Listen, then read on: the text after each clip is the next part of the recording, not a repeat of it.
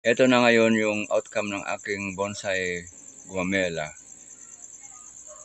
Bale, 2 years and 7 months na po yan. Ayan po. Matanda na siya, oh.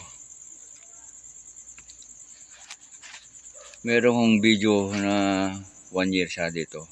Papakita ko. Abangan nyo na lang po. Ayan po. May lumalabas na bulaklak naman niya, oh. Update ko na lang ko kayo kung lumabas na yan, na namukadkad na.